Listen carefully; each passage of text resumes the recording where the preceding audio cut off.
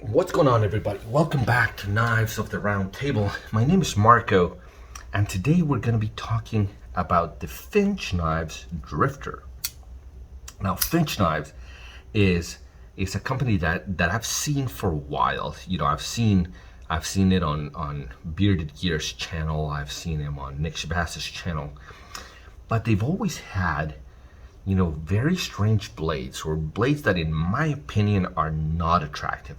I can't speak to their usefulness, but I just saw that I just didn't find them attractive at all. The first one that came close in my opinion was one that's called the Devil's Finger, and that's a more kind of modern blade, but still it didn't really do anything for me. I liked what they're doing with the handles, or the shape, you know, kind of a traditional style kind of thing, but I always hated the blades. But then I saw the Finch Drifter, and I thought, man, that clip point, that buoy style, that kind of looked kind of cool. So this is the one that I decided to get. It's the Drifter, and let me give you a tour of it. You have a blade that is not very large. This is not a big knife. You're coming 2 3/4 inch blade. So you got a 2 3/4 inch blade of 154 cm. So I think that's the non-powder version of CPM 154. So the cheaper version, I think. But what you have is they call this snakewood handle with their emblem showing. You have a brass pivot collar that looks really nice. You got a mill titanium pocket clip, and this is a liner lock. I think these are stainless steel liners. So that's kind of the tour of the knife, and let me give you some size comparison, because this is a smaller knife that kind of fits more in the gentleman carry type of space. That's your pair 2, that's your pair 3, so obviously this is a very small knife, at least compared to those two. Those two kind of dwarf it. They're kind of meant for different things. Probably a better size comparison is the Benchmade Mini Bug Out, and just for completeness we'll do the full size Bug Out.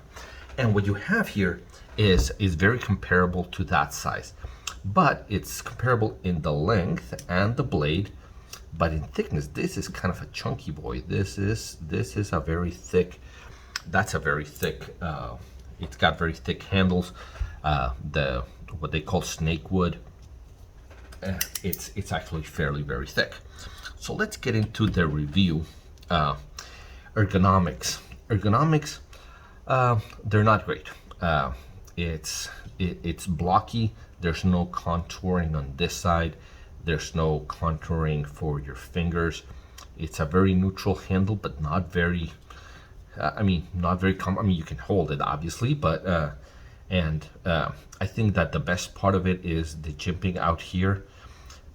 Maybe if you choke up out here, this is kind of a strange. It's the flipper tab, but it's also kind of a flattened area for your finger.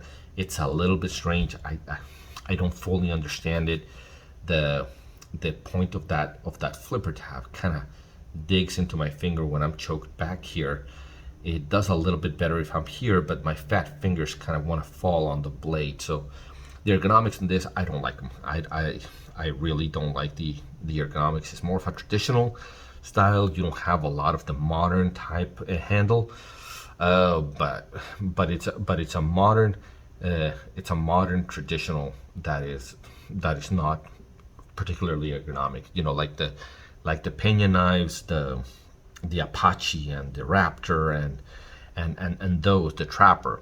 You know, they have a more traditional style, but they're contoured. They're made much better than what this is. The action, it's a little bit twofold. It deploys really nicely. I like the deployment action very well. It's snappy. It deploys with a vengeance. But because it's a thinner blade, and I guess that's a good thing, but when you got thinner blade and you don't have really good access to the liner, and the liner is so slick. You know, it's kind of been ground, and there's no jimping and there's no texturing, so it takes pretty good force to disengage the liner lock. So the deployment action is very, very nice, but disengaging it is kind of a pain, at least for my fat fingers. It's kind of a pain. So it prevents me from fidgeting with the knife, and I enjoy fidgeting with my knives. So I kind of have to kind of put my nail in there. So the deployment action is really nice. Disengaging it and closing it, I think it leaves a lot to be desired. Now, this is it's not an expensive knife. I think it's about $120, $150 or thereabouts.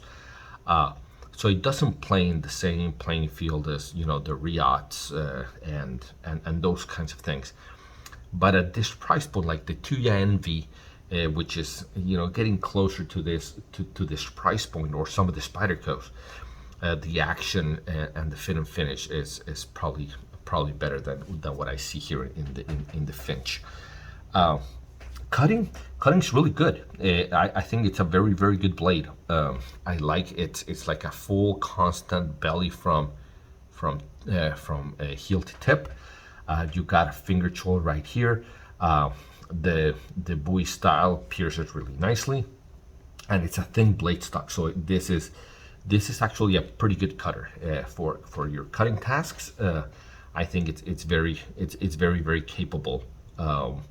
I've found, you know, I work in an office, so I don't have a huge need for a lot of hard use cutting tasks, but for what I use it, food preparation, you know, opening packages, that kind of stuff, it just slices really, really, really good. The fit and finish, man, I am torn.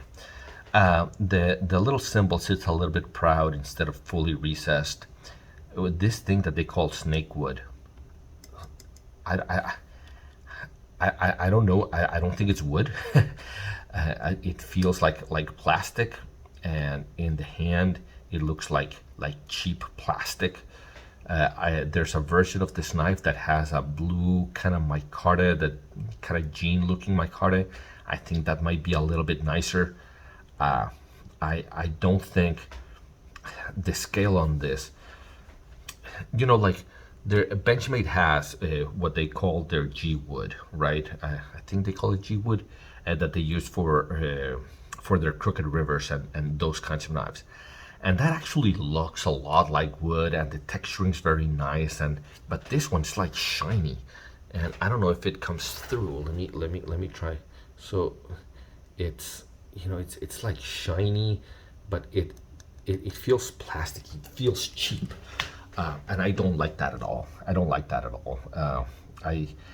I really, at this point, I wish that I had the micarta version. If any of you have the micarta version, I'll trade you straight up.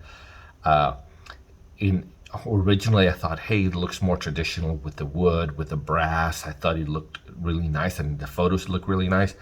In person, the quality or the feel doesn't come through at all. I think it did came very well centered. The action deploys really, really nicely. There's zero blade play, so from that standpoint, it's doing okay. But from the standpoint of the quality of the material that they're using here, like I said, the symbol here sits proud of, instead of flush with the scale. There's no contouring. There's not a lot of details here that I say, look at this quality. I think the best thing about this knife happens at the blade side. I think the clip point buoy style looks really, really nice. 154 cm. It's an okay steel. You know, it's nothing crazy. But also, you know, I prefer it over, you know, your D2s and your 18 CR 13 MOV and all of those. In general, this is not a knife. at least in the in this snake wood thing. This is not a knife that I would recommend. It's probably at the lower price point of the knives that I have.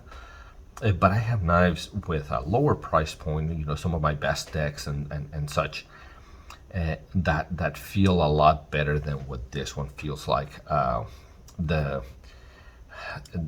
I haven't enjoyed carrying this one quite as much. Like I said, maybe I misread it, but when you read snakewood, I thought it was snakewood, but man, if it's snakewood, they're certainly fooling me. It feels like cheap plastic is what it feels like.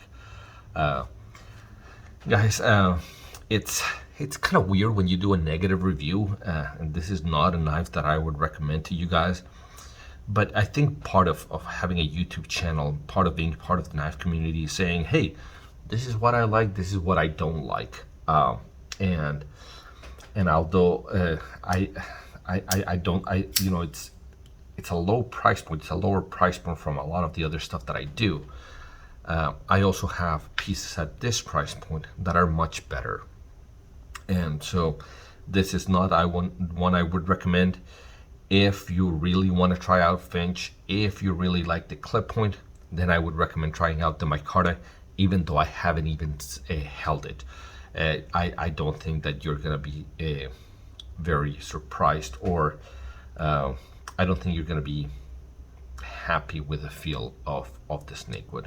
Something's off. Maybe it's just my knife, but it just feels cheaply done. Guys, hopefully this is helpful. I think this is one that I would avoid. I will try and sell it heavily discounted. I feel morally wrong to sell a knife that I don't really like at a price point, you know, that people could get it new. So I'm gonna be selling this heavily discounted. If any of you want it, just send me a PM. And until I see you at the next one, like, subscribe, and take care.